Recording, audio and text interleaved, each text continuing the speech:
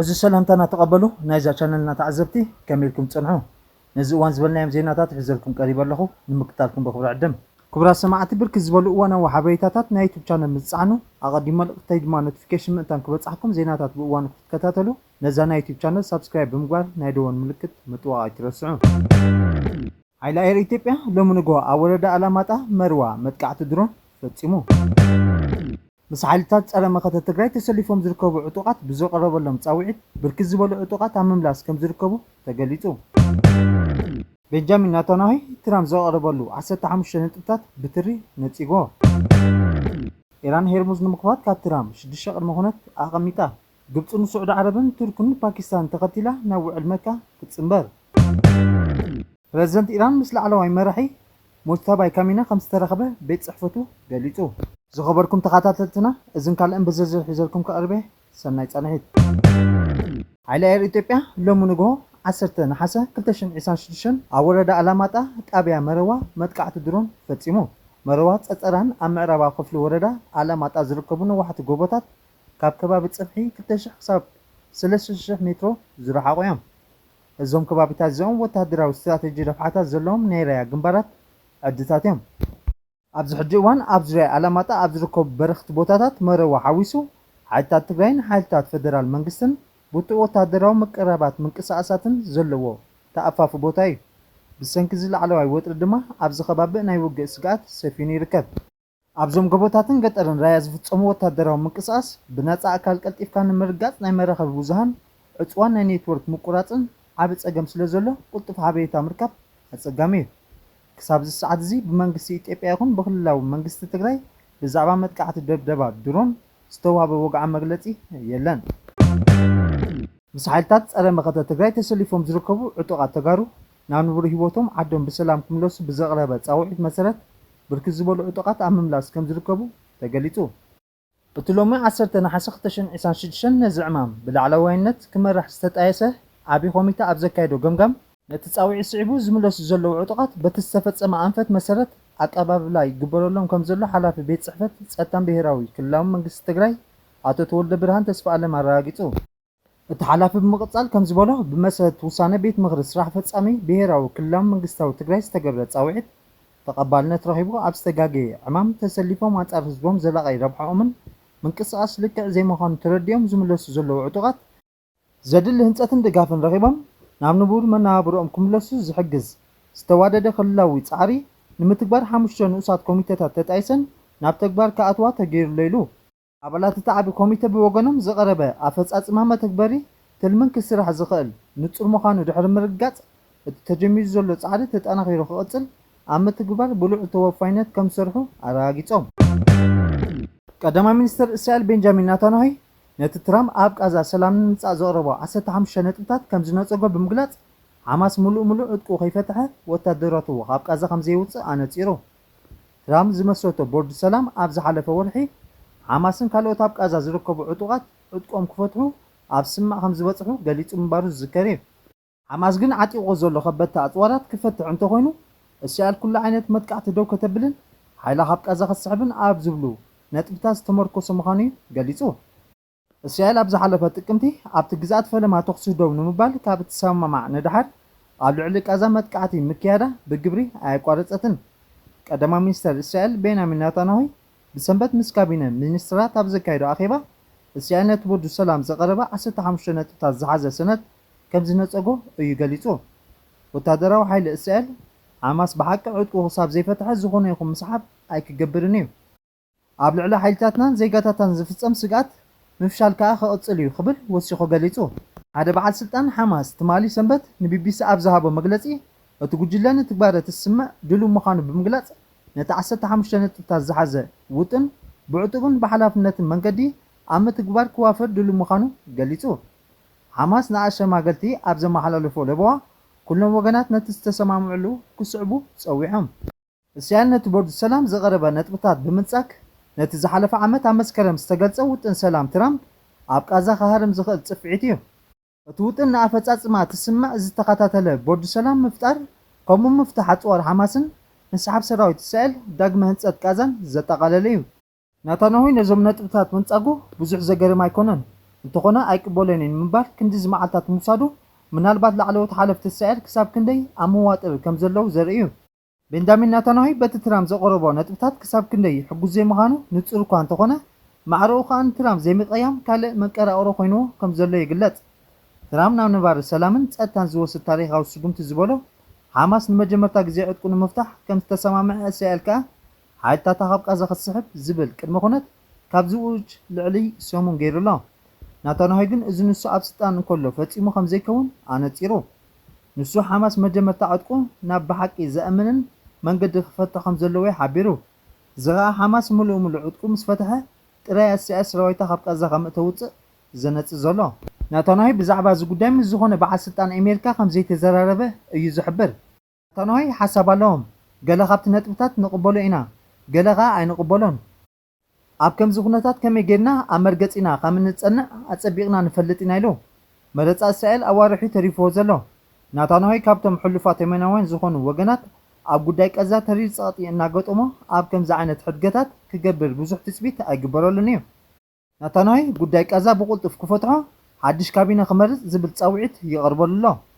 ናታንያሁ ነዚ ብትራምፕ ዝቐረበ ነጥብታት ምንጻጉ ዝደገፎ እውን ውሕዳት ኣይኮኑን። ሚኒስተር ሃገራዊ ድሕነት ኣታሚር ቤን-ጊቪር ሓደ ካብቶም ንናታንያሁ ዝደገፉ ኮይኑ ነዚ ነጥብታት ንጹግ እዩ ብምባል ገሊጽዎ። ሓደ ካብቶም ነጥብታት ከተግብር ብዶናልድ ትራምፕ ዝተመዘዘ ኒኮላይ ብሰንበት ኣብ ዝሃቦ ቃል ገና ዘተታት ይካየድ ከም ዘሎ ብምግላጽ እቲ ዝካየድ ዘሎ ዘተ ብኣወንታዊ ክውዳእ ተስፋ ከም ዘለዎ ገሊጹ። ላዕለዋይ ውክል ቦርዱ ኒኮላ ንናይ እስራኤል ማዕከናት ዜና ቻነል 12 ኣብ ዝሃቦ ቃል እስራኤል ከምቲ ሓማስ ብ7 ጥቅምቲ ኣብ ልዕሊ እስራኤል ዝፈጸሞ መጥቃዕቲ ዳግማይ ንኸየጋጥም እዚ እንኳ ኣማራጺ ምዃኑ ከም ዝኣምን ብምግላጽ ሕቶ እስራኤል ኣብ ኣገባብ ኣፈጻጽማ ምዃኑ ኣብርሁ። ኒኮላይ እቲ ውጥን ከረጋግጽ ዝኽእል ንድሕሪት ዝምለስ ኣብ ነፍሲ ወከፍ ደረጃ ደው ክብል ዝኽእልን ኣብ ቅድሜና ዘሎ ቡድሆታት እንታይ ምዃኑ ኣዝዩ ንጹር ርድኢት ሒዝና ኢና ሃዲፅና ብምባል ገሊጹ። ንሱ ወሲኹ እስራኤል ሓማስ ሙሉእ ዕጥቁ ከም ዘይፈትሕ ከይረጋገጸ ሰራዊታ ካብ ጋዛ ከተውፅእ ትፅቢት ከም ዘይግበረላ ገሊጹ። ኢራን ኦማን ነቲ ስትራቴጂካዊ መስመር ባሕሪ መጻብኦ ሄርሙስ ንምምሕዳር ብዛዕባ ዝግበር ሓድሽ ምድላው ዘካይዶ ዘለዋ ዝርርብ ኣወንታዊ ከም ዝኾነ ኣብ ዝለዓለ ደረጃ ከም ዝበፅሐን ብምግላጽ ምንቅስቓስ መራኽብ ዳግማይ ክጅመር ተስፋ ፈጢረን ጸኒሐን። ኣብ ዘቐረባ መዓልታት እቲ ዝርርብ ኣብ ኢራንን ኦማንን ብሓባር ሓላፍነት ዝስከመሉ ሓድሽ መስመር ጉዕዞ ንምኽፋት ዘተኮረ እዩ ነይሩ።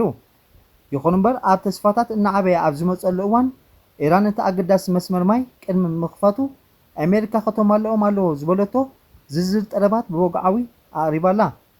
ብዙሓት ካብቶም ጠለባት ካብቲ ብ17 ሰነ ኣብ መንጎ ኢራንን ኣሜሪካን ተበፅሐ መዘከርታ ምርዳእ ንላዕሊ ዝሓቱ ክኾኑ ከለዉ ገሊኦም ድማ እቶም ኣቐዲሞም ዘቐረቡ ጠለባት ብምድጋም ምስ ምኽፋት እቲ መጻቦ ዝተኣሳሰሩ እዮም።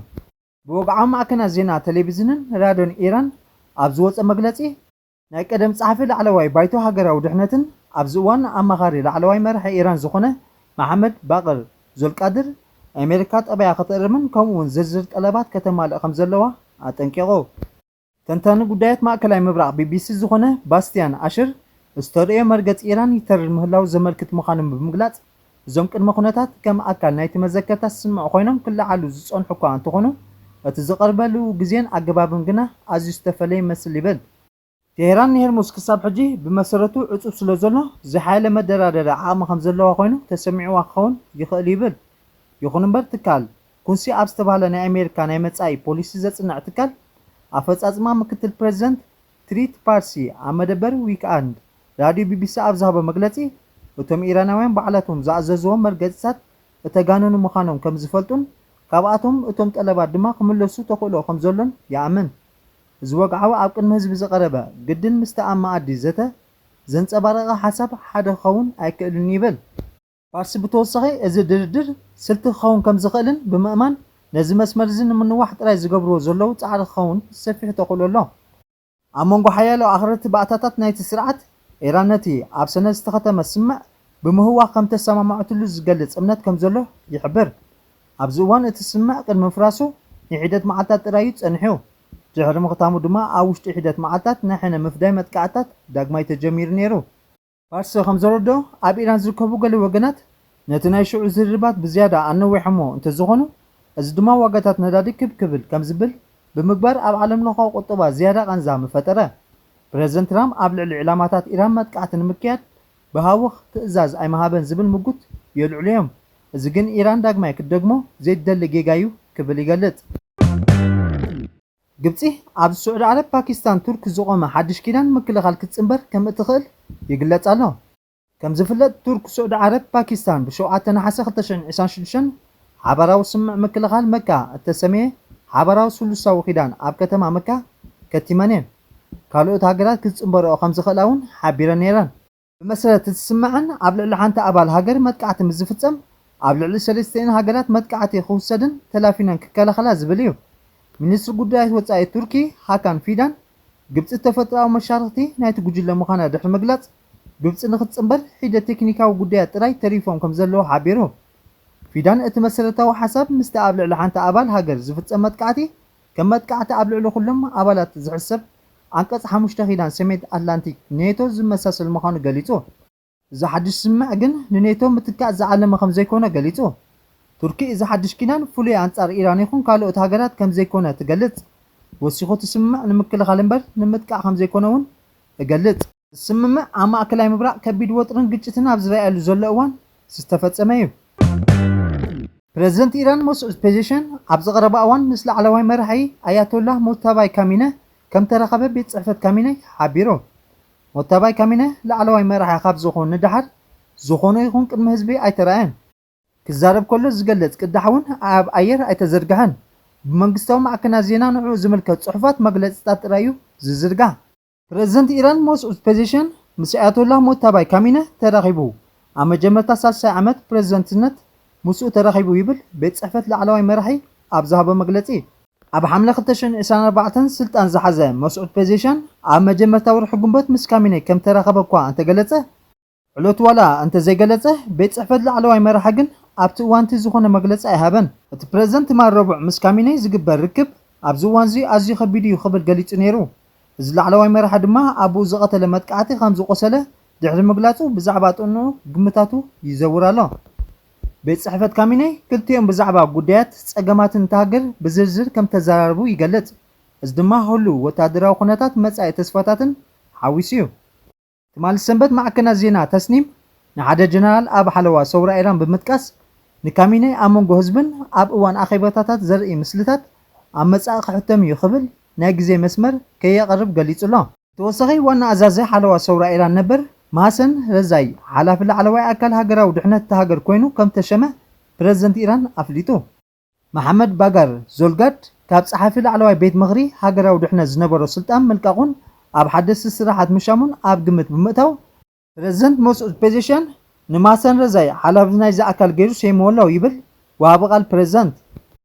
ክቡራት ተዓዘብትና ናይ ሎሚ ነበረ መደባትና ነዚ መስል ቁጥፉን እዋናውን ሓበሬታ ክትረኽቡ ላይክ፣ ሼር፣ ኮመንት፣ ሳብስክራይብ ክገብሩ ብኽብሪ ዕድም ሰሰና እዩ።